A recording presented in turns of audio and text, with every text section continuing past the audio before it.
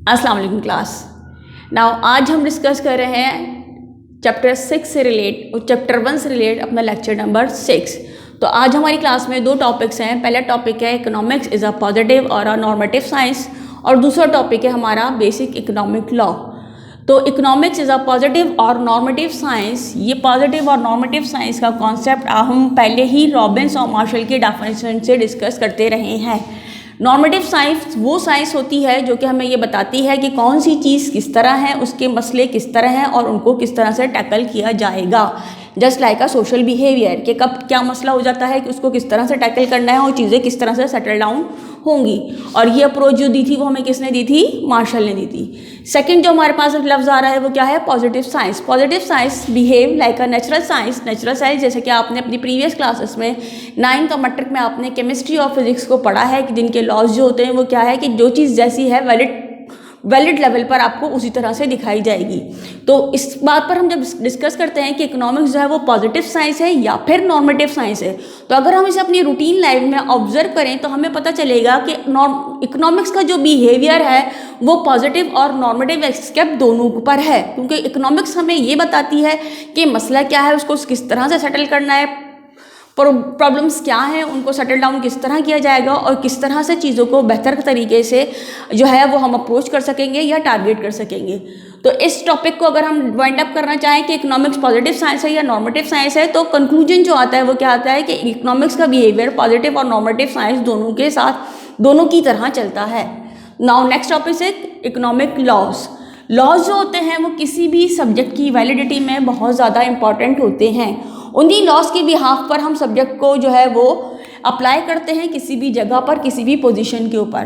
तो basic economics law जो अभी हम आपके लेवल पर डिस्कस कर रहे हैं वो दो हैं। First one is deductive and second is inductive. Deductive approach के साथ जो हमारे पास दूसरे दो नाम इसके पैरेलल चल रहे हैं वो क्या है? डिसेंडिंग अप्रोच पे ये काम कर रहा है, एनालिटिकल या एब्स्ट्रैक्ट।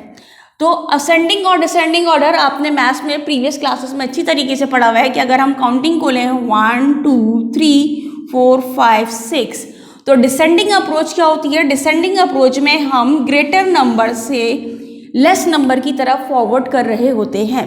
तो यह अप्रोच जो है वो क्या है कि जर्नल टू पर्टिकुलर, कि हम किसी भी जर्नल बिहेवियर को डिसाइड करके ये सोचेंगे कि कोई भी एक इंडिविजुअल पर्टिकुलर का जो बिहेवियर है वो क्या है।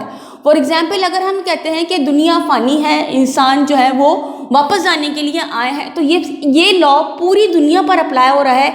अब अगर मैं बात करूं क्या अली ज़िंदा रहेगा, तो फैक्ट इज़ दैट कि दुनिया फ़ानी है, हर एक को मर जाना है। तो मतलब क्या है कि अली ने भी मर जाना है, अली अभी हमेशा के लिए इस दुनिया में नहीं आया। या अगर हम इसको दूसरी सिचुएशन के लिहाज से डिस्कस करें कि अगर हम सुनते हैं कि किसी भी जगह पे कोई मिसहैप हुआ, फॉर एग्जाम्पल कि वहाँ पर आग लग गई, तो सारे लोगों में भगदड़ मच गई, सबने रन आउट करना शुरू कर दिया। तो अगर वहाँ पर जैद साहब मौजूद थे तो सिचुएशन क्या हुई कि सिचुएशन देखने के बाद जैद का बिहेवियर भी क्या हुआ कि उन्होंने भी मूवमेंट शुरू कर दी या रनिंग स्टार्ट कर दी। तो डिडक्टिव अप्रोच जो है वो क्या चलती है? डिडक्टिव अप्रोच जर्नल से पर्टिकुलर बिहेवियर को डिस्क्राइब कर रही होती है। दूसरा हमारे पास क्या है? Inductive approach. इंडक्टिव अप्रोच को हम क्या कहते हैं? Ascending order. असेंडिंग ऑर्डर जो है वो क्या है?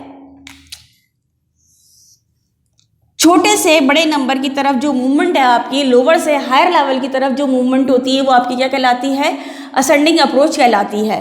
तो अगर हम बात करें कि जनरली हमने बिहेवियर क्या देखा है कि अगर एक चीज़ की प्राइस कम होती है तो अली ने क्या किया कि उस चीज़ को ज़्यादा इस्तेमाल किया। ऐसा ही कुछ बिहेवियर जो है वो अरशद का भी था, ऐसा ही कुछ बिहेवियर जो है वो बिस्मा का भी था।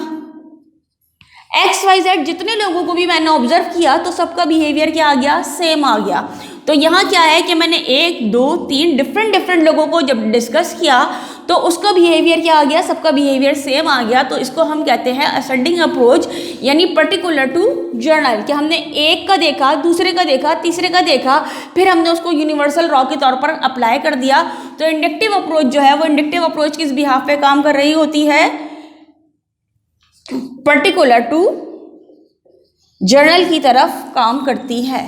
तो ये दो हमारे इकोनॉमिक्स लॉस के बेसिक पॉइंट है जिनके ऊपर हम इसको डिस्कस करते हैं। नाउ हम ये हमारे ये दोनों लॉस जो है वो अब वाइंड अप होते हैं। नेक्स्ट क्लास में हम मजीद लेक्चर नंबर 7 की तरफ चलते हुए इंशाल्लाह अपने चैप्टर को कंप्लीट करेंगे।